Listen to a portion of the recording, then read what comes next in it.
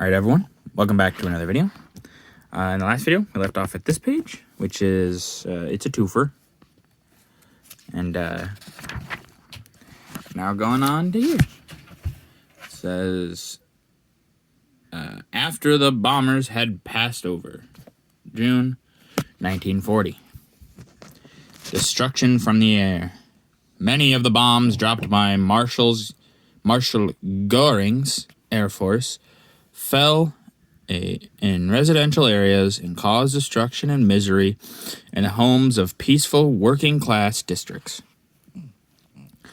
What is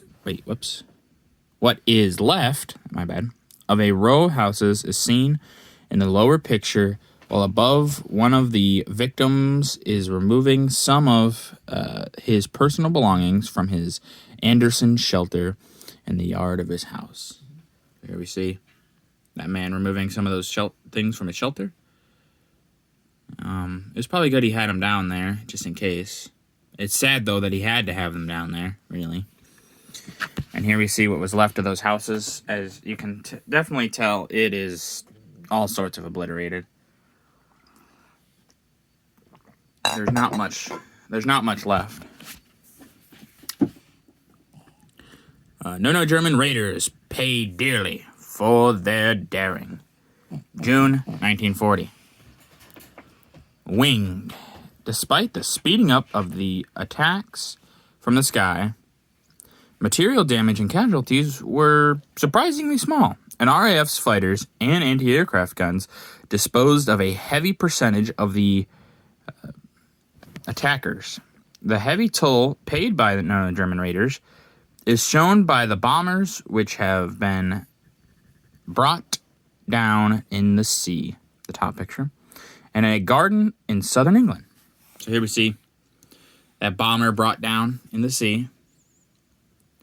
It has been, now obviously, just because they are still people, hopefully the crew made it out and were just imprisoned or interned, but hopefully they made it out.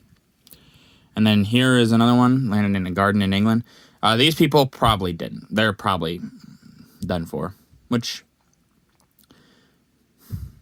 a big distinction between the actual no Germans, like Funny Mustache Man, and the things that he wanted, and just an average soldier. I do think that we shouldn't put so much hatred on the average soldier. They were just following orders, and while, yes, some of the orders were wrong, like in the death camps or the concentration camps, in a lot of these instances, it's just a soldier doing soldierly things. But still, they can still be espoused as bad, but we shouldn't hate them as, oh, well, they are so evil. They are in certain aspects, but not fully. This is war. It's just how it is sometimes. Britain's defense against the raiders.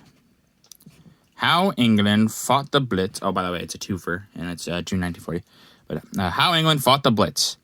The type of defense used against the raiders proved itself again and again. Bombers were reportedly engaged by fighter aircraft and shot down or were destroyed in anti-aircraft barrage.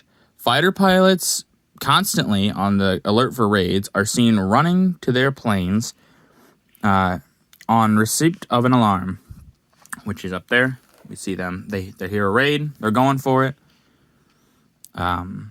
Searchlights, right there, pick out the raiders and hold them in their beams, while AA guns, the bottom right here, or fighter pilots engage them.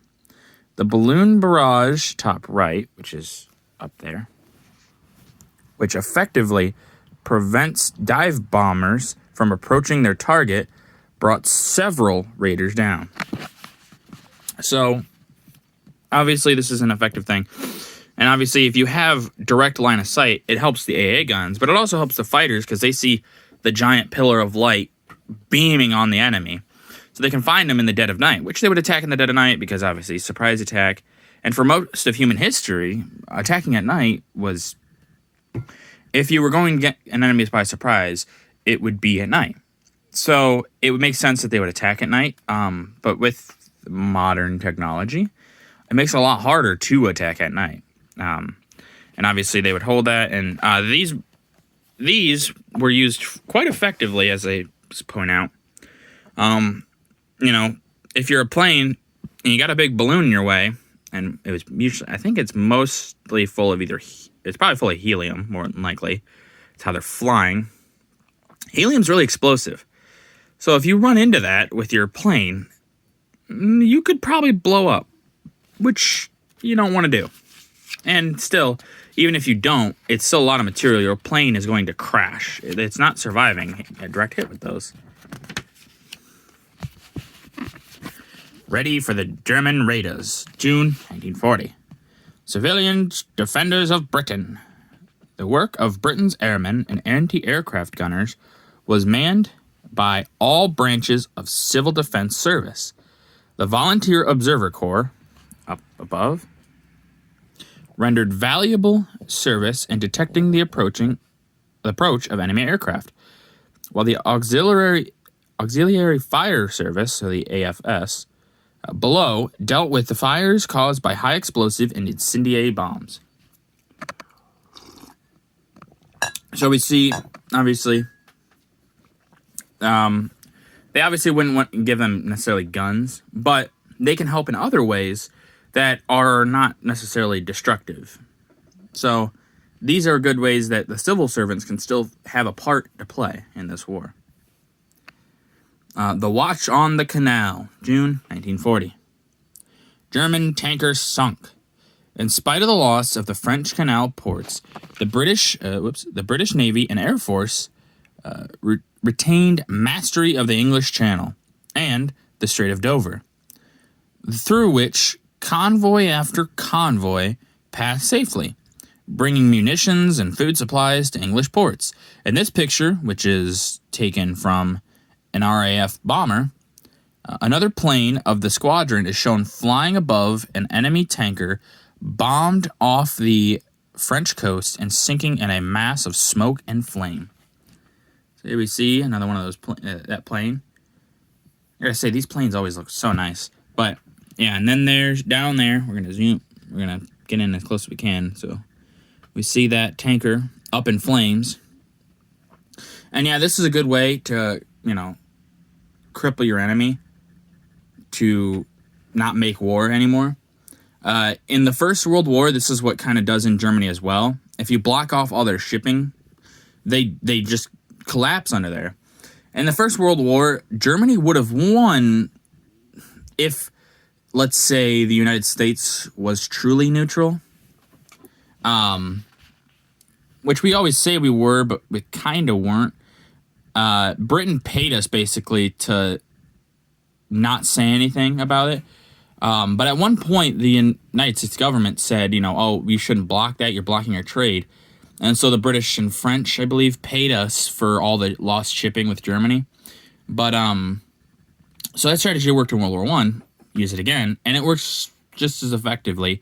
Not as effectively because Germany does a lot better in this war, but still pretty effective.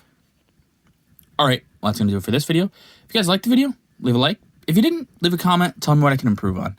And if you can, as always, subscribe. It's a great help, and I really appreciate it.